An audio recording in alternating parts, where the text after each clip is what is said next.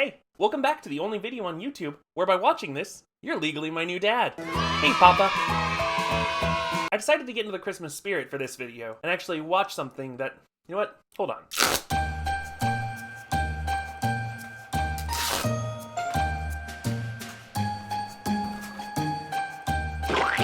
That's perfect. So, good movies tend to answer important questions. You know, like, what are the ethical and moral implications of eugenics in Gattaca? Or, can we really trust our personal perception of events, like in Rashomon? That brings me to today's film, which asks the question, what if Santa was upsettingly muscular? This 1996 Hulk Hogan classic was directed by John Merlowski, known for his classic films like Fatal Defense and Cop Dog.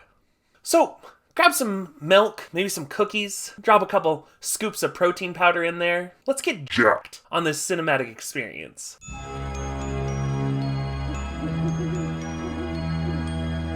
Dear Santa, how are you?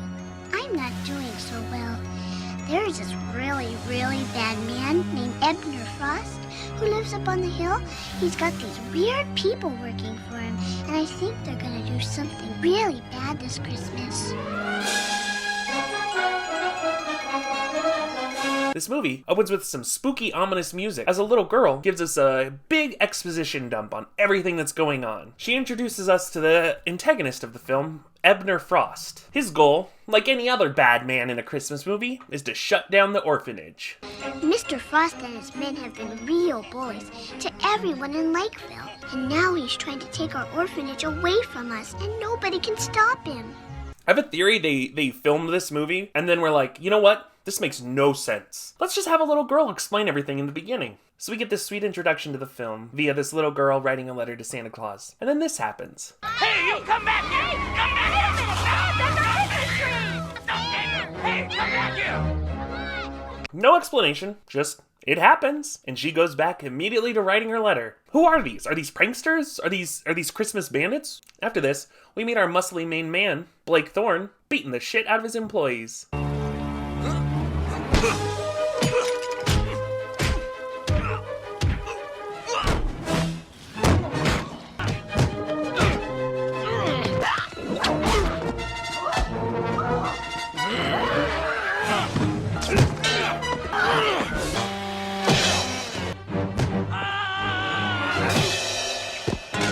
He just doesn't hold back. He's trying to murder these guys. How much could he be paying them for this to be worthwhile? Is this like a lucrative career opportunity for these guys? Hold up. How much money could I make doing that? Young entrepreneur looking to get his ass beat by rich muscle-endowed millionaire. Price, negotiable. Next stop, Rich Town. Blake Thorne's made his massive fortune selling protein products and other muscly-themed items. So this whole introduction is just to lay the groundwork that Blake is kind of a Christmas Scrooge. He's a jerk. He's a rich jerk who doesn't want to share his fortune with anyone else. Pierre, rule number 105. Yes, sir. Never give an inch, especially when you can take one. Franco 91. Never lend a hand. You might need it later. So Blake has important business to get to, and that business is a paintball fight. On the way there, we meet this bumbling cop who's doing this.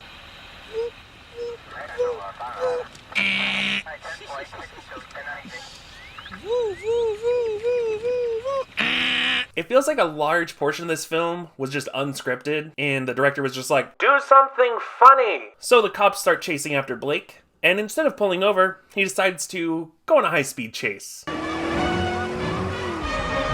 why don't you just pull over? Rule number 20. Never surrender. I love this. The cop gets 2 paintball blasts to his windshield, and he's like, let's flip on those windshield wipers and get wild. Realism in Lakeville. There's a million places to hide. I grew up there. What an extremely normal and human way to say that. Blake decides to try and lose the cops on foot. He escapes into the mall. Meanwhile, we're introduced to Mr. Frost as he's torturing a small business owner. Mr. Rapini, I'm Ebner Frost. I'm so glad you could make it. I do hope we can reach an agreement on the sale of your shoe store. I'm not selling my shoe store. We meet his strange cast of henchmen. You know, a geologist, a chemist, a weird electric gloved lady. Like, what's her thing? I don't know who's weirder. The geologist who has a brush? Or the lady with electric gloves? What university did she teach at? Back at the mall with Blake, he finds a Santa costume and gets into disguise.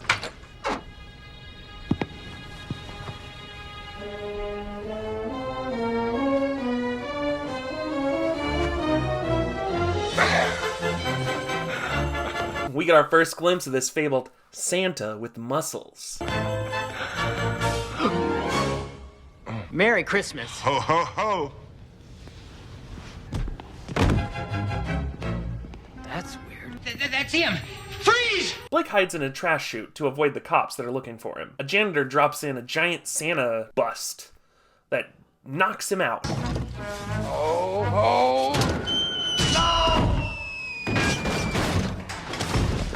And lands right in front of Lenny, his new sidekick. Lenny grabs Blake's wallet and realizes who he is. He's Blake Thorne, and he says, Blake Thorne? Richest man in 10 states? the richest man in 10 states. Who describes wealth like that? So Blake wakes up with amnesia, and Lenny decides to convince him, not that he's the mall Santa, but that he's actually Santa. Santa! What? You're Santa Claus. Santa! His scam is to convince a grown man that he is Santa Claus. And of course, it works. It's showtime.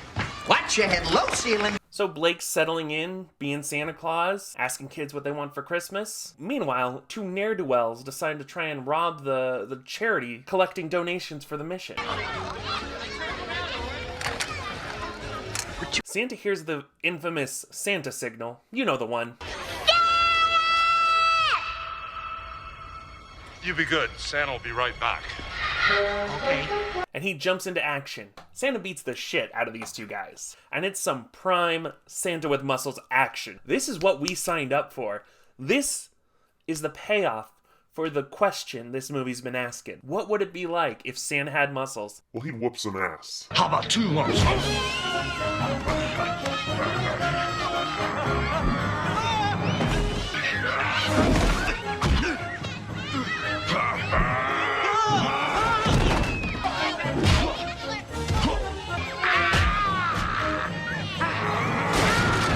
Santa permanently disables these two guys, and the mall freaking loves it.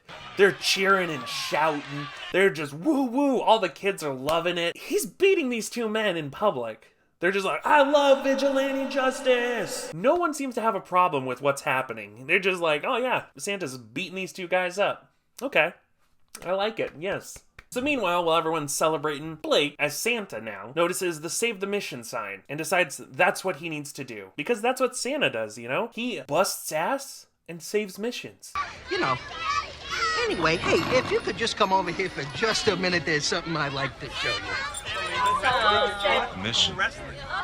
They need help, Lenny. We should go. So it's revealed that Mr. Frost is trying to buy up all the properties in one area of town. He's gotten to his final place he needs to purchase, which is the Orphanage, as marked out by this giant technical map that says Orphanage. I still have one last headache. The orphanage. Round up the troops and see if we can convince our little friends to adopt a new attitude. So the henchmen are all harassing the orphanage, trying to get him to sell, causing minor damages to all the property. They decide to pull another rip and run.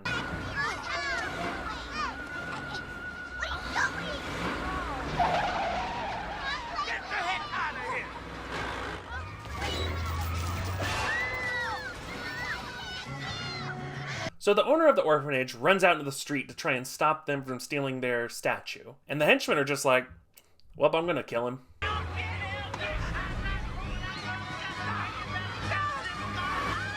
And then we get some more Crime. Santa with muscles action.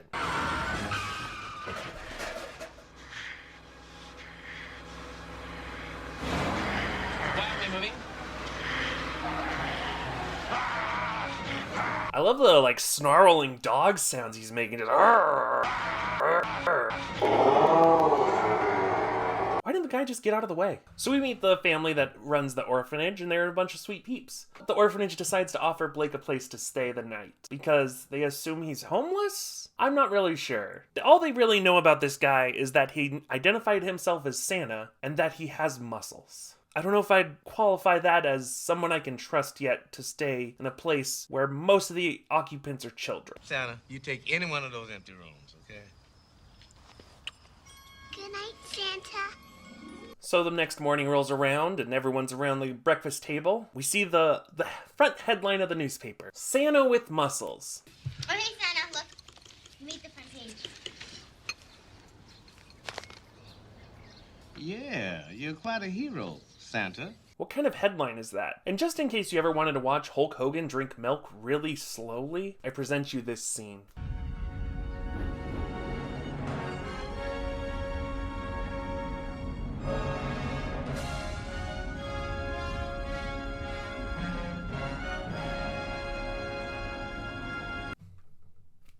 You're welcome. So we see Mr. Frost and Dr. Blight watching the news report on Santa with Muscles, and they feel like they recognize Blake from something, which seems so odd because none of the characters can place who he is, yet he's one of the richest men in 10 states. How did Lenny know that based on his name, but no one else seems to, even though he lives literally down the road? So the bad guys kidnap Lenny and let him know that if he doesn't help them capture Blake, some real bad stuff is coming his way. Mr. Frost, pleasure to see you, sir. I was just working on repaying that loan. You're making trouble for me, you little worm. The last thing I need is anyone drumming up support for that orphanage. I want that Santa with muscles out of there. Am I coming in clearly? Back at the orphanage, Blake hears the voice of a little girl singing in the church. He goes to investigate and finds... Mine for all of time, angel baby. I remember that song. This is a really sweet scene because we learn about what led this little girl to becoming an orphan. I'm really thrown off though because they're singing a song that I don't think it's a Christmas song, and I don't even know if it's a real song. I could be wrong about that, but the way they sing it, it definitely has the vibe of a song that they're coming up with on the spot. Start me off. I'll always remember the time I spent with you. November, December, April, May, and June. You are my angel baby. You're so fine, angel baby. Mine for all time, all time. Sing it, girl. We also learned that there's some sort of like weird magical energy of the church. The church windows glow. But before we can find out more about that whole strange phenomenon, Blake has to go kick some more ass. I love the sound effect they use because it's so, like, comical, juxtaposed with what's happening. It's just a...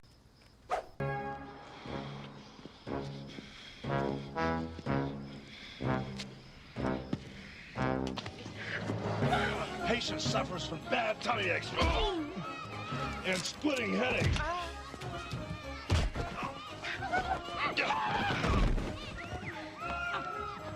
Take one of these in the morning. Jesus! He just broke that man's jaw! And get plenty of bedroom. I love how this town just loves a good old-fashioned ass-kicking. They don't call the cops. They settle their stuff in the street. Like, how many times just people have been like, heck yeah, smash him! It's crazy, and I love it. We learn that the bad guy's plan is to buy up all the property in a certain area of town in order to perform some sort of mysterious excavation. Blake asks the owners, what might be under the orphanage? Water and power lines. Telephone cables? Sure. Rats. Big, ugly rats. The clubhouse. Oh, the old catacombs underneath the church. Yeah, the kids use it as a clubhouse. You're telling me that 1, you forgot about the underground graveyard that sits below the church, and 2, that you let the children play in there? They head down to the catacombs and discover a giant vault door.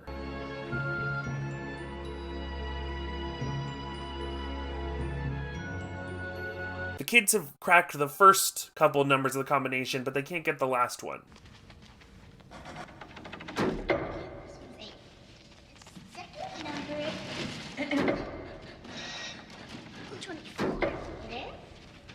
And the third one is 16. This lock looks really easy to crack. Like, just twist it until you hear that giant door unlocking sound that they seem to have used to find all the other numbers. Blake is able to figure out the final number, and they get the vault door open. And it's revealed that the church sits on top of a mine filled with glowing crystals. It's warm. Oh, put that down, honey. You don't know where it's been. I love that she lets the kids hang out in a literal graveyard, but he better put that crystal down because he doesn't know where it's been. You're letting the children play with bones! So at this point, Blake starts to realize that the whole literally being Santa Claus thing doesn't add up. Lenny gives him back his clothing from when he originally found him and says that he had blood stains on him. You were wearing this when I found you. How'd you get blood on you? It's clearly a paintball stain. It's bright orange. So after the big crystal discovery, all the orphans head back upstairs, and then this happens. Hey, the lights are out.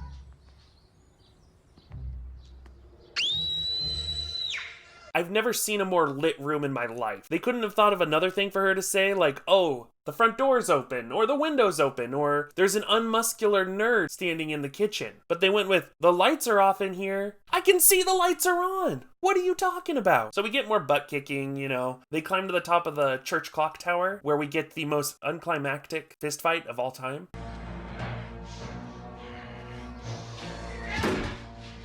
Afraid of heights, Santa? I can cure that. Cure this.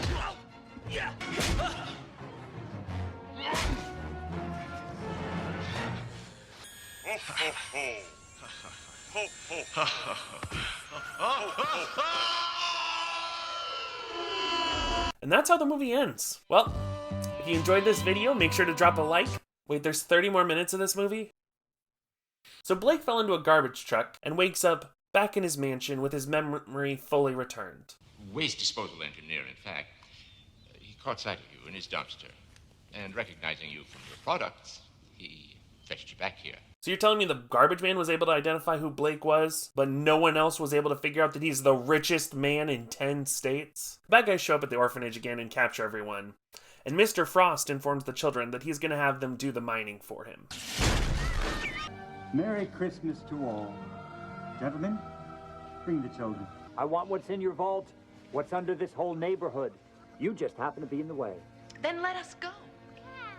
Who's going to do my mining? I don't know. That seems like a really bad idea. They're weak. Maybe a couple weeks on a protein-heavy diet, a couple of hours every day on a Bowflex. Then we might be able to, you know, use them in the mines. But come on, look at him. Back with Blake in his regular life. He's having a hard time adjusting. He doesn't even want to kick his employees' asses anymore.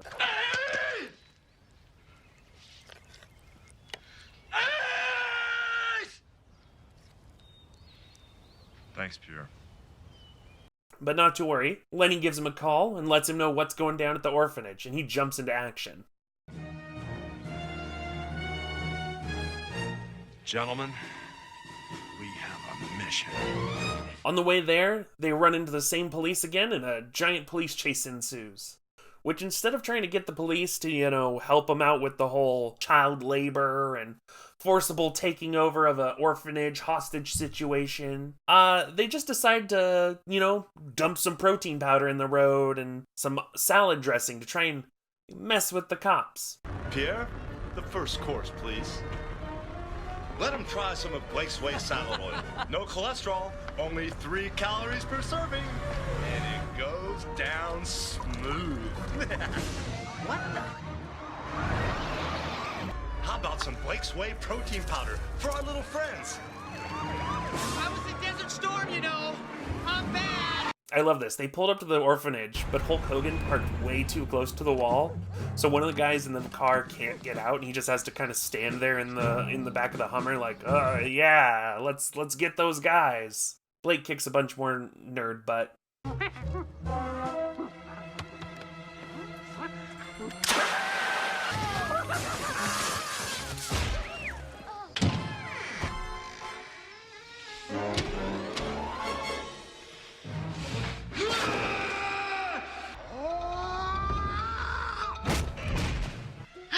You hit a woman? Would you? So, Blake and Lenny defeat the electric lady and go free the owners of the orphanage, where it's revealed that Blake actually grew up at the orphanage. Blake Thorne, what's the matter? Blake Torachevsky doesn't fit on the bottle? How did you... Isn't it coming back to you yet, son? You grew up here. Look. Is that me? Which seems like a really weird detail for him to not mention at all. He has his memory back now. Did he not know he grew up at the orphanage? Earlier he said, I grew up there. So he completely doesn't remember his whole childhood at the orphanage? It's also revealed that his best friend was Mr. Ebner Frost. There's more. You see the boy sitting right next to you? He was your best friend, Ebner Frost. Blake goes and confronts Mr. Frost in the catacombs of the church, where this movie really just gives up. Why does Ebner Frost want the crystals? It doesn't matter. Why them being childhood friends matters? It doesn't. How any of this at all has to do with Christmas? It doesn't. So they fight, and you know who wins. Muscles. Muscles always wins. I was the one who should have been inducted. It's my turn. Well, now it's my turn to set you straight.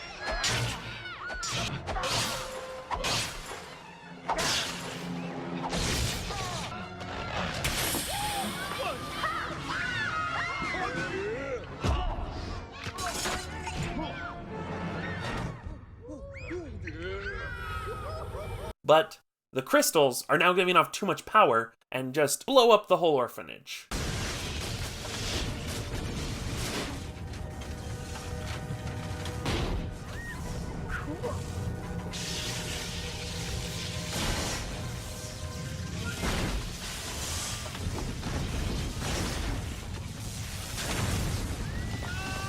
The end. Okay, but the cops show up, arrest Ebner Frost and his goons, and for some reason don't at all mention the multiple high-speed chases Blake was involved with. Blake ends up turning his mansion into an orphanage, and everyone has a happy Christmas. So, Santa with muscles, definitely better than Santa without muscles. So, that's gonna wrap it up for this video. Let me know if you enjoyed it in the comments, and what other kinds of physical or mental differences Hollywood should explore in future Christmas movies with Santa. You know, Santa with hooves, or maybe Santa with a crippling gambling addiction. Feel free to like this video and subscribe. Really appreciate it. I'll hope to see you next week, and until then, I hope you have a great night, great day, and great everything. Catch you later. There it is.